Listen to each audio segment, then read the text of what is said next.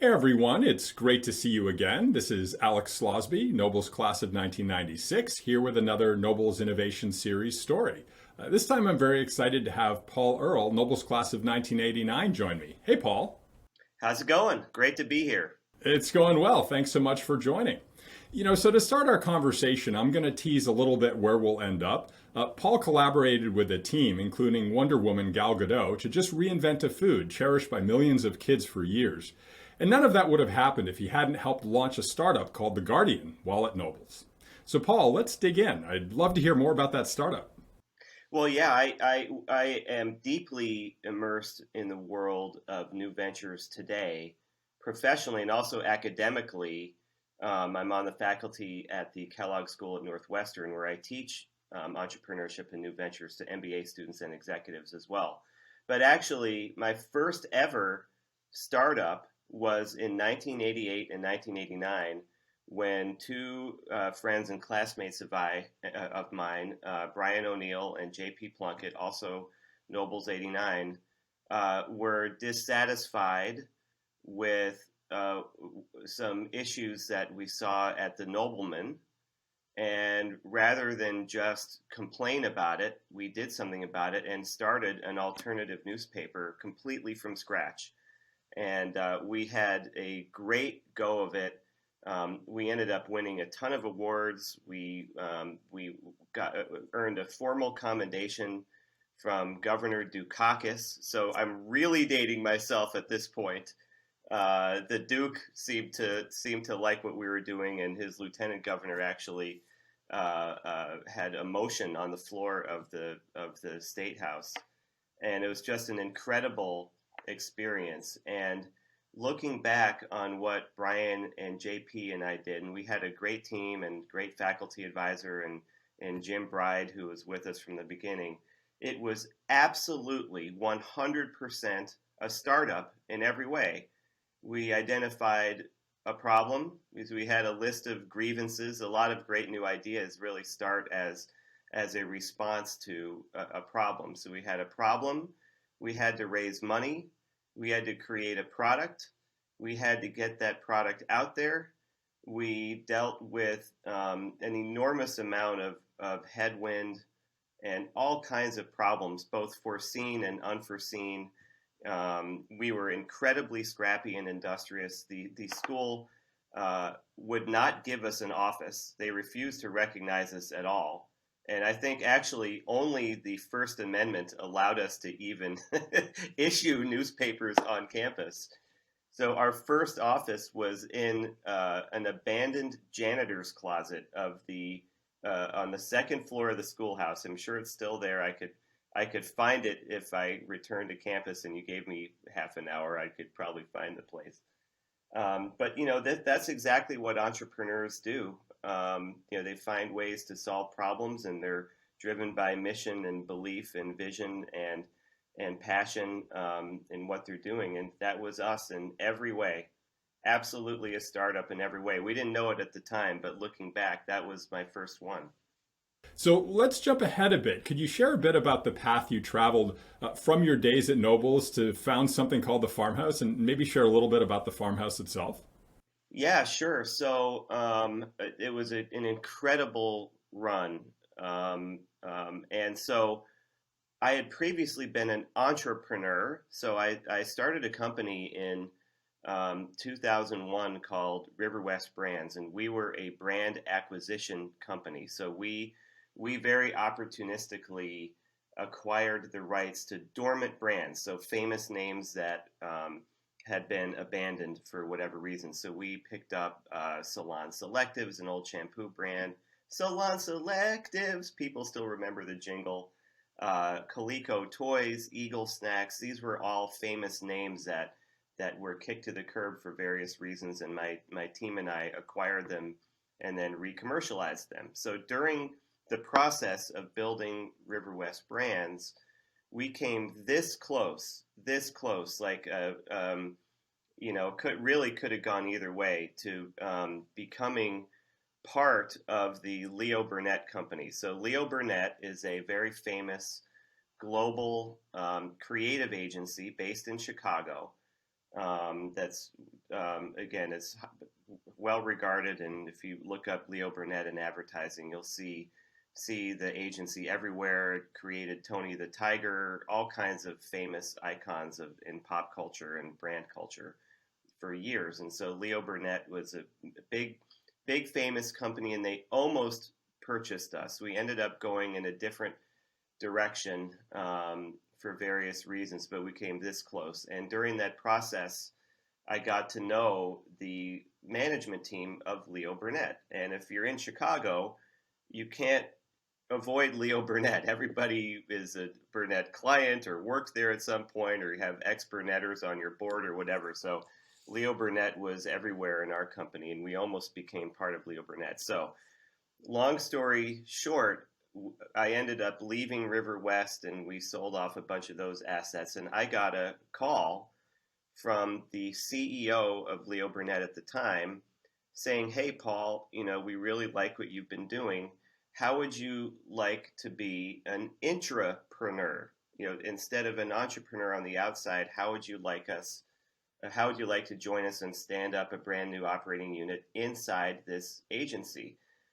And I thought, hey, that's pretty interesting. I love great creative people and creative product, and I imagined myself being a kid in a candy shop trying to stand up this new unit with lots of funding and lots of people. And hey, I don't have to put everything on my credit card and go to Kinko's to get copies made. There's a copier right down the hall. Incredible, right? Because I was so used to being an independent, scrappy private entrepreneur. So I decided to try my hand at being an intrapreneur. And what we did at Farmhouse, and I'll tell you the quick story for why it's called Farmhouse, is we created new brand ideas from scratch. So not advertising of existing brands, we leveraged the Leo Burnett creative department to create all new brands from nothing. And we did a lot of really, really interesting work with McDonald's and Procter and Gamble, Kellogg's. Lots of big clients brought us in to help them imagine the future. And one of the projects we worked on is now an incredibly successful runaway freight train ravenous monster called High Noon, which is a vodka spritzer now owned by E&J Gallo. And it was just named the beverage of the year last week, by the way. It's so popular they can hardly make enough of this stuff. And that brand came out of our little group. We conceived the name, the identity world, everything. We did the whole thing. Now, Gallo obviously funded it and did, put incredible liquid behind it, et cetera, et cetera. The success has a lot of fathers, and that's no exception. But we created the brand, and we're really proud of it. Just a side note on the name Farmhouse. So we knew we wanted to call it something that had Burnett DNA, but it had to be separate. And so I went through company archives and kind of obsessed about what to call this, as I do. I obsess about names and naming generally. And we decided to call it Farmhouse because it happens that Leo Burnett, the person, back in the 1950s and 60s when he was building this famous global company, actually came up with some of his best ideas not in downtown Chicago, but at his, wait for it, farm out in the countryside. And he would have creative retreats out there all the time. A lot of really, again, famous, iconic kind of gifts to the world of pop culture and brand culture were created, not in the city, but at the farm. So we decided to call ourselves Farmhouse. And it was really great fun. And what I'm doing now, independently again, with my own shop, is very similar to what we were doing at Farmhouse in many ways, different in other critical ways, but fundamentally imagining futures and creating brands to meet those opportunities. So now Earle Company and Gal Gadot and Ellen Pompeo and the list goes on. Yeah, share more what you're doing today. Yeah, so we create bright futures for ideas and people. So I'll give you the people part first. So we do a lot of innovation training, a lot of innovation workshops where clients will bring us in to help their teams become more creative and more innovative, and more entrepreneurial. So we do a lot of that from a client perspective, and also a lot of new brand creation in our client business. So that's great. And I'm very grateful for my clients. It's gone well. And I always enjoy working on client projects. What is probably the more unique part of the business is we are also creating new brands for ourselves, because we're the principal. And as my wife says, you're right, you're signing the front of checks, not the back of checks, which is great to a point, of course, but we have a sign the front of the check part of the business where we're investing in brands that we create. So we have a formula, a filter that we use to identify opportunities for disruption. And by the way, I wrote about this a lot for Forbes. We have a book out, and volume 2 just came out. I teach this at Kellogg too. But we look for categories where there's a design opportunity, a better product, either in terms of how it performs or how it's sourced. We look for categories where there's kind of a lack of energy, lack of innovation, sea of sameness. So we have very specific marks that we look for. And if your radar is up, all you have to do up properly, all you have to do is walk a CVS for 2 hours and you'll have 100 opportunities. And so we've done that, and we have 3 new to the world brands launching this year, which is stunning. I still can't believe it, and it's just really, really exciting. So one of them is called Betr, Betr. You can go to betrremedies.com. That is a fresh new voice in over-the-counter remedies. So things like ibuprofen, allergy, digestive, sleep aids, etc. And that is a terrible shopping experience. There's no humanity, no warmth, very little social mission at all, which is stunning given how profitable those businesses are for the incumbent brands. And so we changed all of that, and then later brought in Ellen Pompeo, who's totally awesome, Boston native, by the way, to help us build that business. Great team on that. Jennifer Hoffman, Livio Bisturzo. This is a separate entity, so all of these brand ideas get spun off into their own operating companies, and it's an incredible team. Another one that just launched last week, super excited, is called GOODLES, Noodles Gooder. We call it GOODLES. If you want to call it Goodles, that's fine. If it's good for you, it's good for us. It's a really fun, joyful, quirky, different, magical, new alternative, finally, in our beloved mac and cheese category. That space has been a duopoly for years. It's Kraft and Annie's, and hasn't been a whole lot of innovation. There are some new chickpea pastas out there. Love them. I tip my cap. They taste terrible to young people. Ours is delicious. We've tested it over and over and over. Young people absolutely love us. From a taste standpoint, 20-somethings love us. It's a great product, and we brought in Gal Gadot, better known as Wonder Woman, as a founding partner there. She's all in. I was just with her in person a few weeks ago. Incredibly cool, smart, with it, high energy person, and she's all in to help us build this brand and business. So go to goodles.com, follow us on Instagram at allgoodles, and we're just having a blast. And the team there, led by Jennifer Zezet, is extraordinary. It's out of Santa Cruz, California. This is her 4th company she's led as CEO. Total, absolute rock star. And our model does not work without extraordinary partners and operating partners, and Jen is that. She's unbelievable, just unbelievable, full stop. And so we're really excited. And then the third one is totally different. So it's called Big Nose Kate. It's a Western whiskey. Also, we have a great team on that. If you look at the whiskey category, you got Jack, Jim, Johnny, Evan, George, Elijah. You got a Pappy. You got a couple of uncles. You got Thomas. It's all guys, right? Where in the blank is the female protagonist? And the answer is nowhere. And so we created a great brand called Big Nose Kate to celebrate unsung heroes everywhere.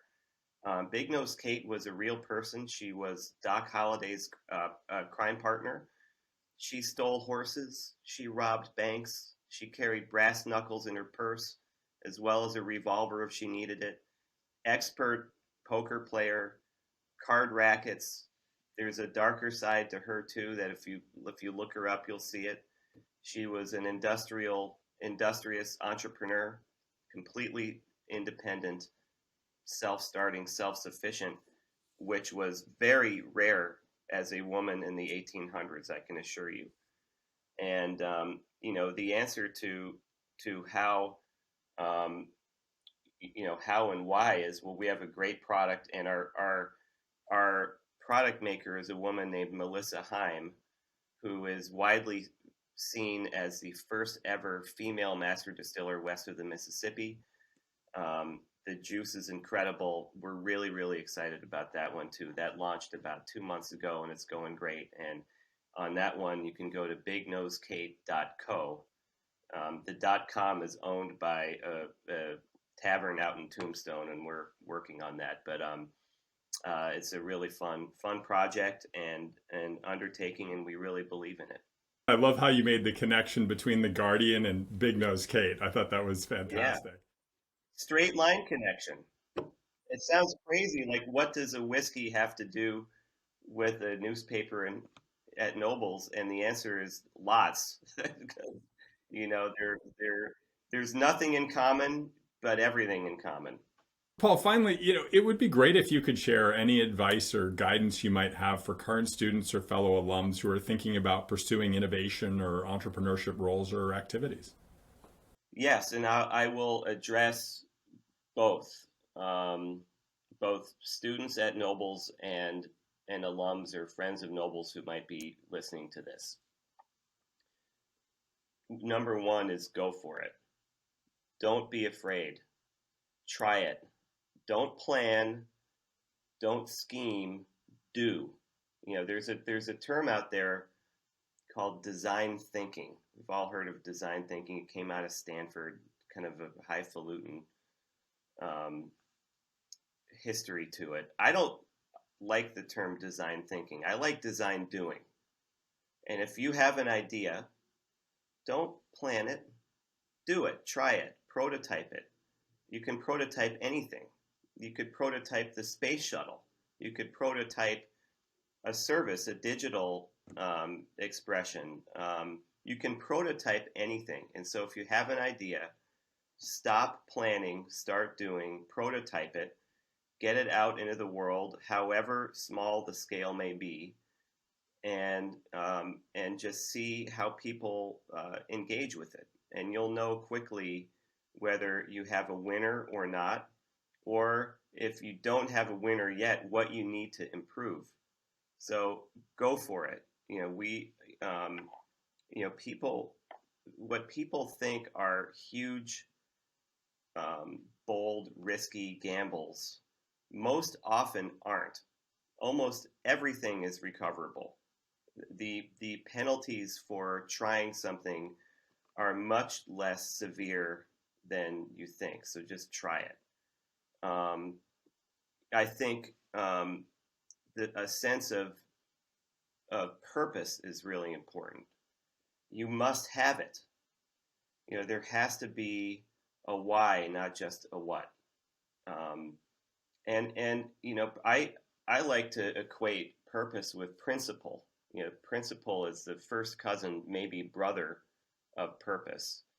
And a principle, when you think about it, it's something you believe in that you would support even if it's against your short-term interest. And it's a really, really fascinating way to think about this idea of principle. You stand for something and you support it even if it's against your short-term interest. And certainly not going down political rabbit holes, but we see the complete and total, utter, glaring absence of principle in Washington these days, where people won't do anything that's against their short-term interest, even if it means violating something they know is correct, right? So back to entrepreneurship, you must have principles. You have to believe in something. My colleague often talks about the idea of creating brands that people don't buy, they join. You want to create something that is mission-based, principle-based, that people will join. We're not creating customers or consumers, or God forbid, Lord help us, users. That term user needs to be completely removed from our nomenclature as it pertains to building brands and businesses. You want to build fans. How can you build fans? Not targets or users, but fans. Create offerings that people love and want to be part of and join, right? So think about it in terms of that filter. And finally, just know how hard it is. And what you're about to do on the entrepreneurial journey is going to be the hardest thing you've ever done. And find sources of inspiration that will get you through those dark days. For me, I often refer to Robert Frost and Walking Through Woods on a Snowy Evening. That's the famous poem that concludes with miles to go before I sleep, miles to go before I sleep. Rudyard Kipling has been very helpful to me.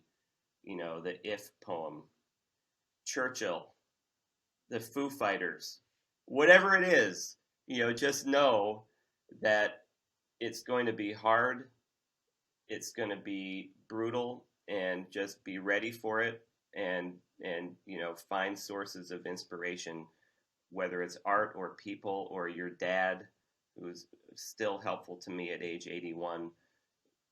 Whatever it may be, it's going to be hard, and just make sure you're not going through it alone. Well, and after all, we're always still learning to fly, huh? We're still learning to fly. Yes, exactly. Absolutely. Paul, Yes. this is great. Thanks so much for joining and for sharing your story. And thanks to all of you for watching. Stay tuned for another Nobles Innovation Series story soon. Thanks. Take care. Thank you, and go for it.